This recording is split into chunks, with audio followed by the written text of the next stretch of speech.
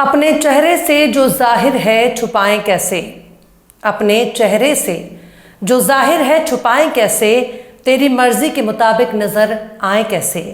सलाम, नमस्ते, सत श्री अकाल। मैं हूं आपके साथ हर्षिता मिश्रा और आप देख रहे हैं टाइम्स मेल। कश्मीर, कश्मीर, कश्मीर और कश्मीर। इस वक्त पूरे देश में कश्मीर एक बड़ा मसला बन चुका है।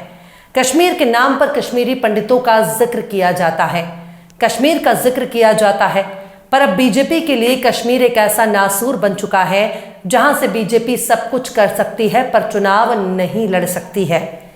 कल तक यही बीजेपी और इसके नेता धारा 370 हटाए जाने पर कश्मीर प्लॉट खरीदने की बात कर रहे थे।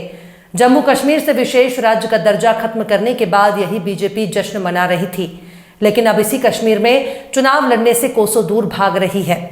भाजपा के लिए शायद इतने बुरे दिन कभी भी देखने को नहीं मिलेंगे। एक तरफ देश के प्रधानमंत्री कश्मीर से अपना पुराना रिश्ता बताते हैं, पर कश्मीर से चुनाव लड़ने के लिए इस बार कोई भी बीजेपी का कैंडिडेट मैदान में नहीं आया। क्या बीजेपी कश्मीर से चुनाव लड़ने से डर रही है या फिर उसे यकीन है कश्मीरी भाजपा से अपना बदला लेगा? कम से कम किसी कश्मीरी पंडित को ही चुनाव में उतार देना चाहिए था, पर शायद कश्मीरी पंडित भी इस बात को समझ चुके हैं कि बीजेपी उनको केवल सियासी मोहरे के तौर पर इस्तेमाल किया है। उनके नाम पर फिल्में बनाई हैं, लेकिन उनकी असली तकलीफ को भाजपा ने हिंदू और मुस्लिम के चश्मे से दुनिया के सामने पेश किया। लेकिन अभी भी बहुत बड़ा सवाल है कि जो पार्टी पूरे देश में गठबंधन बनाकर अपना उम्मीदवार खड़ा कर रही है, वो आखिर कश्मीर से क्यों भाग रही है? बीजेपी को चाहिए वो फर्जी और मनगढ़ंत घटनाओं पर आधारित विवेक अग्निहोत्री की फिल्म द कश्मीर फाइल्स का फिर से प्रचार करे। पीएम मोदी को चाहिए वो एक बार फिर से द कश्मीर फाइल्स देखने के लिए जनता से अपील करे, खासकर कश्मीरी आवाम से फिल्म देखने की गुजारिश करे, ताकि लोगों के मन में उनकी पार्टी के लिए प्यार जाग जाए। मोदी जी को चाहिए कि वो अब द केरला स्टोरी का प्रचार करे, कुछ नहीं तो देखने की ही अपील कर दे। पर शायद मोदी जी के पास कश्मीर में चुनाव लड़ने के लिए समय नहीं है, वो बहुत व्यस्त हैं, पूरे देश में घूम घूम कर अपनी पार्टी का प्रचार कर रहे हैं। पर मुसलमानों की ज्यादा आबादी वाले कश्मीर में बीजेपी के चुनाव लड़ने की कोई वजह सामने नहीं आ रही है। कम से कम पाकिस्तान का जिक्र करके बीजेपी कश्मीर में चुनाव तो लड़ ही सकती है। बीजेपी धारा 370 खत्म करने की अपनी कामयाबी के लिए ही चुनाव लड़ लेती, लेकिन नहीं, बीजेपी चुनाव नहीं लड़ रही है। हो सकता है कि इसको लेकर बीजेपी के मन में कोई डर सता रहा हो, पर बीजेपी को हिम्मत से काम लेना चाहिए। कम से कम राम मंदिर पर ही कश्मीर में ताल ठोक सकती थी, लेकिन राम मंदिर के नाम पर भी कश्मीर में बीजेपी चुनाव लड़ने की हिम्मत नहीं दिखा रही है। खासकर उत्तर प्रदेश, बिहार, हरियाणा, राजस्थान और गुजरात जैसे राज्यों में जम्मू कश्मीर से धारा 370 हटाए जाने पर बीजेपी इसे अपने शौर्य के तौर पर पेश करती है। संघ के नेता भी 370 का जमकर बखान करते हैं। बीजेपी के नेता और बीजेपी कार्यकर्ता 370 हटाने के लिए मोदी जी की खूब तारीफ करते हैं, पर तमाम तारीफें एक तरफ, बीजेपी की बहादुरी अगर देखनी है तो कश्मीर के तौर पर देखा जा सकता है। बीजेपी के पास बहुत ताकत है, पर इतनी ताकत नहीं कि वो कश्मीर में चुनाव लड़ सके। दुनिया की सबसे बड़ी सियासी पार्टी आज अपने ही देश के एक हिस्से में चुनाव लड़ने से भाग रही है। जिस कश्मीर के बारे में बीजेपी के बड़े बड़े नेता घूम घूम कर अपनी ताकत और कामयाबी का झंडा लहरा रहे हैं, उसी कश्मीर के बारे में बीजेपी नहीं कह रही है कि वो कश्मीर में चुनाव नहीं लड़ने जा रही है। मोदी भी कश्मीर से चुनाव लड़ने पर कुछ नहीं बोल रहे, उनके बड़े बड़े नेता भी इस बार कश्मीर से चुनाव लड़ने का कोई जिक्र नहीं कर रहे। तो क्या मान लिया जाए कि कश्मीर से बीजेपी भाग रही है? तो क्या ये मान लिया जाए कि पूरे देश में मोदी का जलवा कायम कर कश्मीर में मोदी की कोई अहमियत नहीं है? क्या मुसलमान के खिलाफ नफरत फैलाकर बीजेपी कश्मीर में चुनाव लड़ने से परहेज कर रही है? हरियाणा के उन नेताओं का बयान भी नहीं सुनाई दे रहा जो कहते थे कि कश्मीर से बहू लाएंगे। ख्वाब जब पूरा करने का वक्त आ गया तो आज भाजपा और उसके नेता कश्मीर से भाग रहे हैं। कश्मीर सिर्फ बीजेपी नेताओं के भाषण तक ही सुनाई दे रहा है। कश्मीर में चुनाव लड़ने से बीजेपी नजरें चुरा रही है। शायद कश्मीर में बीजेपी इतनी कमजोर हो चुकी है कि उसकी जमानत भी ना बच सके। पूरे देश में मोदी मोदी के नारे सुनाई दे रहे हैं, सिर्फ कश्मीर को छोड़कर। मतलब कश्मीर बीजेपी के लिए खतरे की घंटी बन चुकी है, जिसके नाम पर वो सब कुछ कर सकती है, बस चुनाव नहीं लड़ सकती। बीते महीने 16 अप्रैल 2024 को डेक्कन हेराल्ड में केंद्रीय गृह मंत्री अमित शाह का बयान छपा हुआ है। इनके बयान का ताल्लुक कश्मीर से है। डेक्कन हेराल्ड ने अमित शाह के बयान का जिक्र किया, जिसमें अमित शाह ने कांग्रेस, पीडीपी और अमर अब्दुल्ला की नेशनल कॉन्फ्रेंस की आलोचना करते हुए कहा कि कमल का फूल अपने आप खिल जाएगा। अब आप सोचिए, जब कोई चुनाव लड़ेगा ही नहीं, जब बीजेपी चुनावी मैदान से ही फरार है, तो बीजेपी कश्मीर में कैसे कमल खिलाएगी? क्या अमित शाह यही कहना चाह रहे थे कि कोई भी चुनाव जीते पर बीजेपी की सरकार बनेगी? क्या बीजेपी ने पहले ही जीतने वाले उम्मीदवारों को खरीदने का मंसूबा बना लिया है? क्या बीजेपी लोकसभा में चुनकर आने वाले सांसदों को खरीदकर अपनी पार्टी में शामिल करने की प्लानिंग की है? अगर ऐसा नहीं है तो फिर अमित शाह ने क्यों कहा कि कश्मीर में खुद ब खुद कमल खिल जाएगा?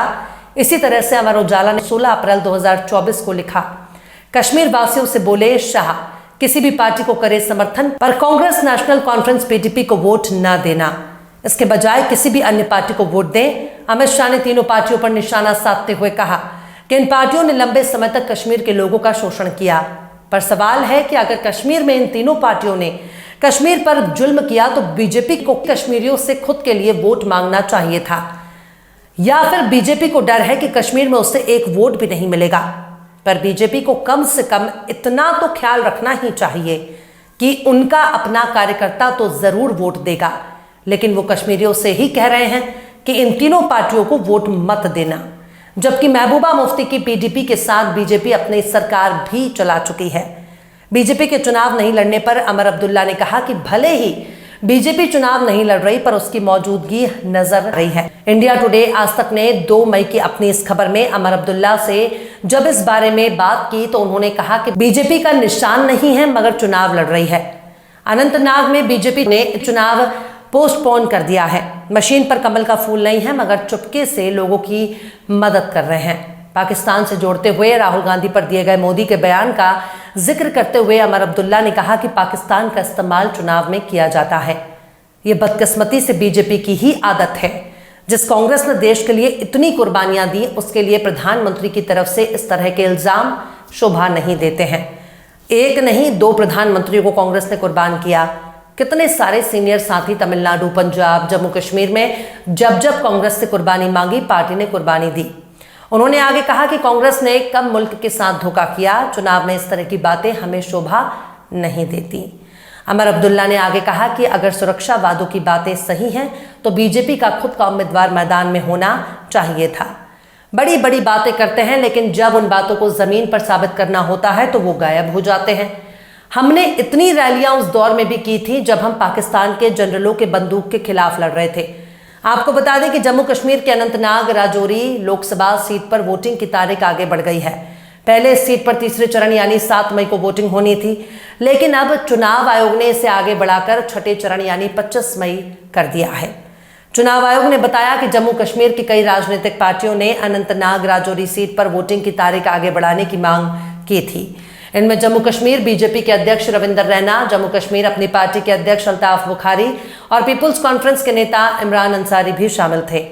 चुनाव आयोग ने तारीख आगे बढ़ाने के लिए खराब मौसम के कारण लॉजिस्टिकल इशू का हवाला भी दिया है।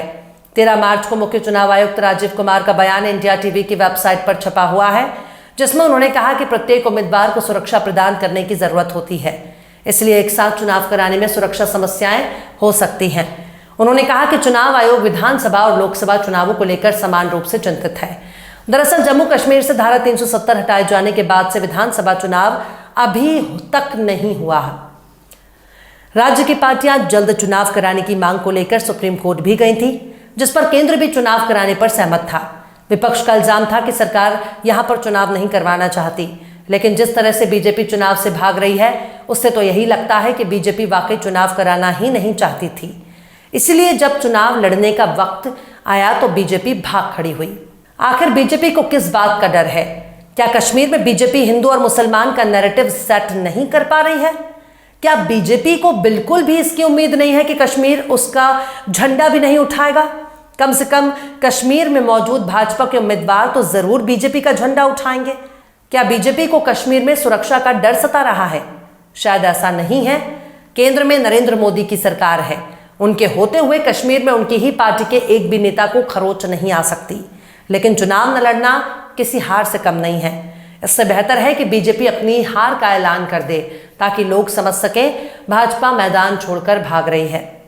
बहरहाल चलते चलते आखिर में बशीर बद्र ने भी क्या खूब फरमाया है, जिस दिन से चला हूं मेरी मंजिल पे नजर है, जिस दिन से चला हूं मेरी मंजिल पे नजर है, आंखों ने कभी मील का पत्थर नहीं देखा। फिलहाल इस खबर में बस इतना ही।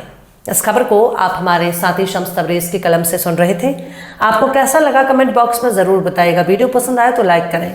हमारे वीडियो को डाउनलोड करके सोशल मीडिया पर अपलोड करने पर यूट्यूब और फेसबुक आपको ऑटोमेटिक कॉपीराइट स्ट्राइक भेजकर यूट्यूब चैनल और फेसबुक को बंद कर सकता है। इसलिए वीडियो पसंद आए तो यूट्यूब के वीडियो लिंक को फेसबुक, ट्विटर, व्हाट्सएप पर अपने रिश्तेदार, यार, दोस्तों को भी शेयर करें। और बेबाक, निष्पक्ष, स्वतंत्र पत्रकारिता को सपोर्ट करने के लिए आप हमारे चैनल टाइम्स मिल को ज़रूर से सब्सक्राइब करें। और हाँ, बेल आइकन की घंटी वाली बटन भी आप ज़रूर से दबा दें ताकि आपको हमारे आने वाले नए वीडियो की नोटिफिकेशन फ़ौरन ही मिल जाए। फिर मिलते हैं किसी और वीडियो में एक नई खबर के साथ। हर्षिता मिश्रा को दीजिए इजाज़त। जय हिंद। अगर अभी तक आपने हमारे चैनल टाइम्स मेल को सब्सक्राइब नहीं किया है तो जल्दी से सब्सक्राइब कर दें और बेल आइकन भी प्रेस कर दें।